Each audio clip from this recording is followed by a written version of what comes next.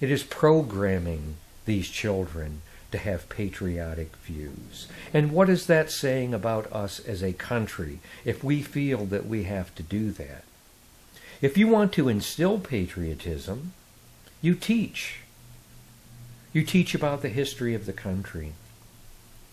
You teach about the creation of the Constitution and how we protect individual liberties. Isn't that ironic? You teach about freedom and how we have it in this country, or about how we're supposed to have it.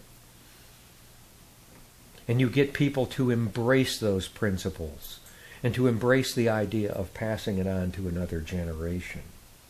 That is how you get young people to want to invest their loyalty when they're old enough to want to pledge their loyalty to their country. Do we not have enough confidence that they'll make the right decision when the time comes? Are we so lacking in confidence that people will want to be loyal to our country that we feel that we have to program young people at such an early age when they're defenseless and weak, that we have to drum the message in, pound it in with a hammer, day after day after day after day? I remember back in the Cold War, when we used to see footage of the Soviet Union, kids in the Soviet schools and in schools in communist China, and we would see them being subjected to propaganda.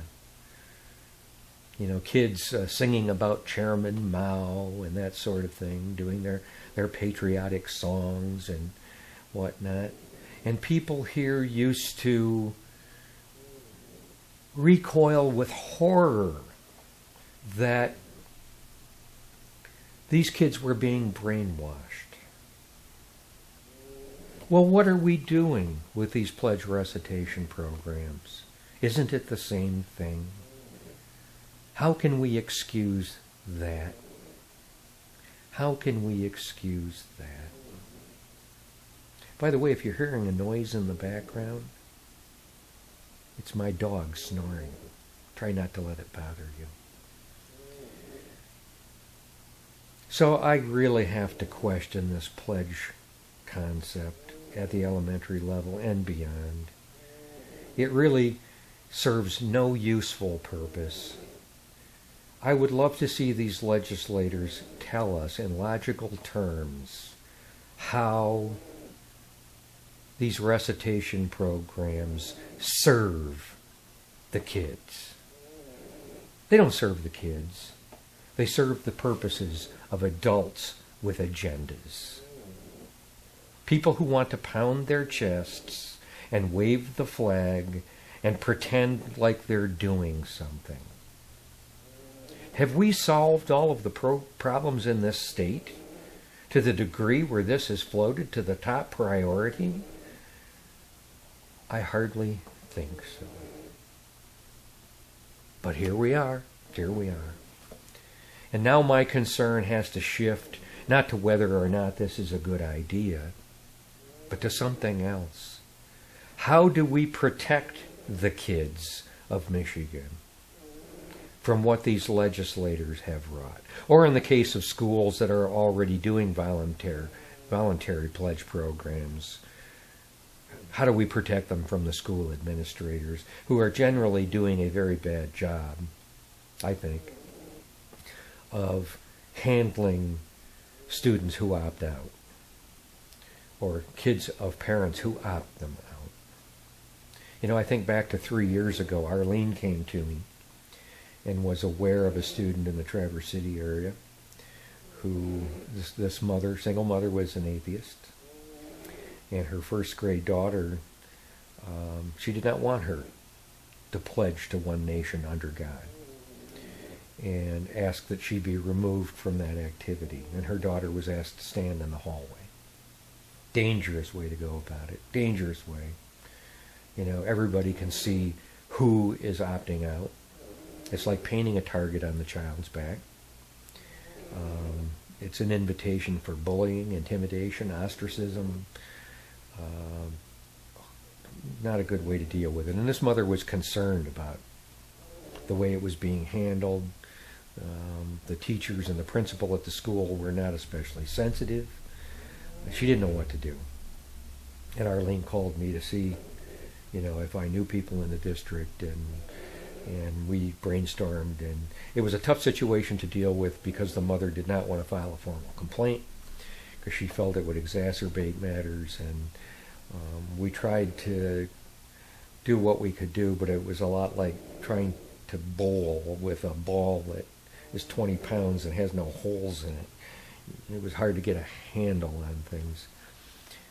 So we were not able to come to a good resolution at that time, and the school was also dealing with horrendous financial issues at that point. So nothing was ultimately resolved. But as soon as I heard about this bill, I immediately flashed upon that situation and asked myself, how are we going to deal with the kids who opt out? And how can we do more to alert parents to their rights to opt their children out, recognizing that there are so many good reasons for kids to be opted out. They may be non-U.S. citizens, they may be of religions that are such that they do not pay homage to non-earthly symbols.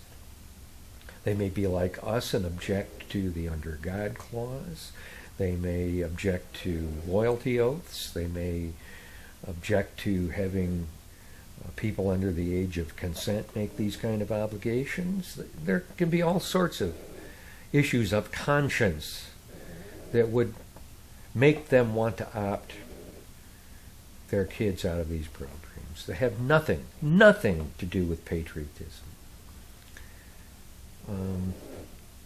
I immediately sent an email to the superintendent of the Traverse City Area Public Schools to express my concerns and to try to get him thinking proactively about what we could do to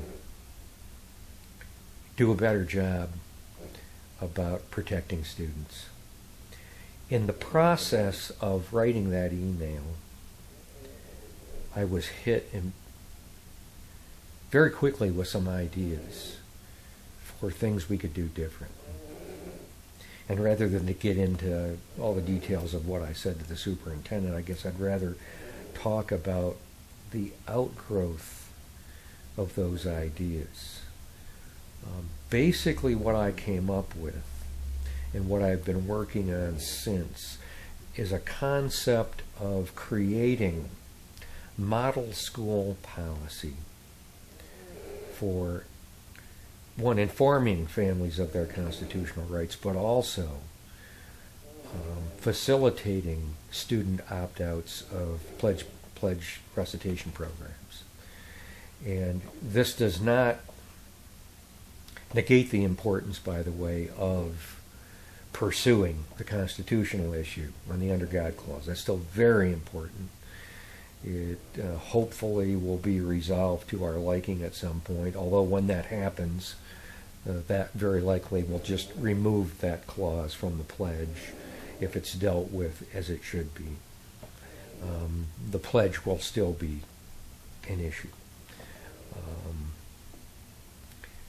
But we can continue to, or also approach the pledge issue from a perspective of creating model policy. And what I envision is creating policy within the purview of interested organizations. I've already approached the MSU Public Policy Council on Education. I don't know how far they've gotten with it. I know it's been referred internally and has gotten passed down a couple levels. I've sent an email to the ACLU of Michigan and encouraged them to look at it on a national level. I've yet to hear back from them. I've also approached Americans United for Separation of Church and State. I'm trying to pursue this among a number of groups who might have an interest in this, Center for Inquiry.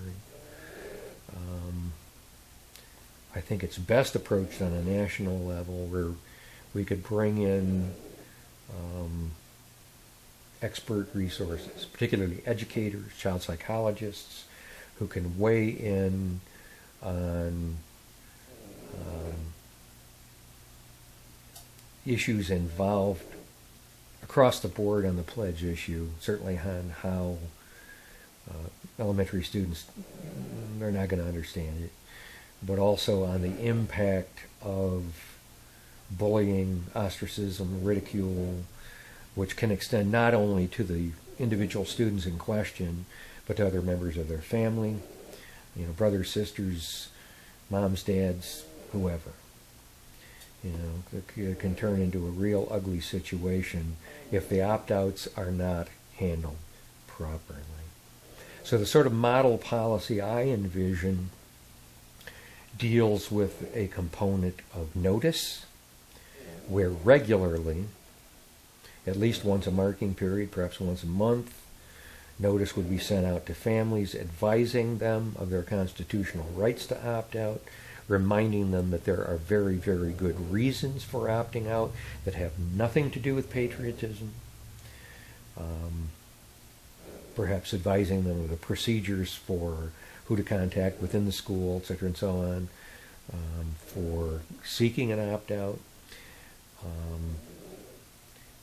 But then, at another level, having proactive policies so that students have some degree of anonymity when they do opt out. None of this standing in the hallway where everyone knows who is opting out. And what I came up with, and I suppose there are probably a number of different ways this could be done, but what I envisioned from the time I wrote that email to the superintendent was having places at the school, perhaps the gym, cafeteria, library, where when the kids get to school first thing in the morning, maybe they go to their locker, get rid of their coat, backpack, whatever, they can then go to these places, recite the pledge. And it wouldn't even have to be a matter of tying up staff. Obviously somebody's going to have to be there to maintain some semblance of order. A computer could be programmed to lead the kids in the pledge. They can take a mouse and click on the start button, and it can count 1, 2, 3, and everybody can recite the pledge. I would volunteer to write the program that could do it. I have the abilities to do that. It would not be difficult. And it takes, I've timed it, 12 seconds to recite the Pledge of Allegiance. 12 seconds. Now with, grouping the kids and, getting the next group in, let's say it winds up being a 30-second proposition to line them up at a computer and whatnot. Okay, no big deal. The kids could come in informal groups, and that's the best part of this. The less organization it takes, the better, because it ensures more anonymity over who's doing the pledge and who isn't. And maybe you have to have one place where the older students go and one place where the younger students go, so there isn't horseplay and bullying where the older kids are picking on the little ones. Fine. I don't care about those details. The school can implement that. The important thing is that the volunteers who want to pledge go somewhere where they can pledge their allegiance to a flag to their heart's content and then go to class. And they don't necessarily know who isn't pledging.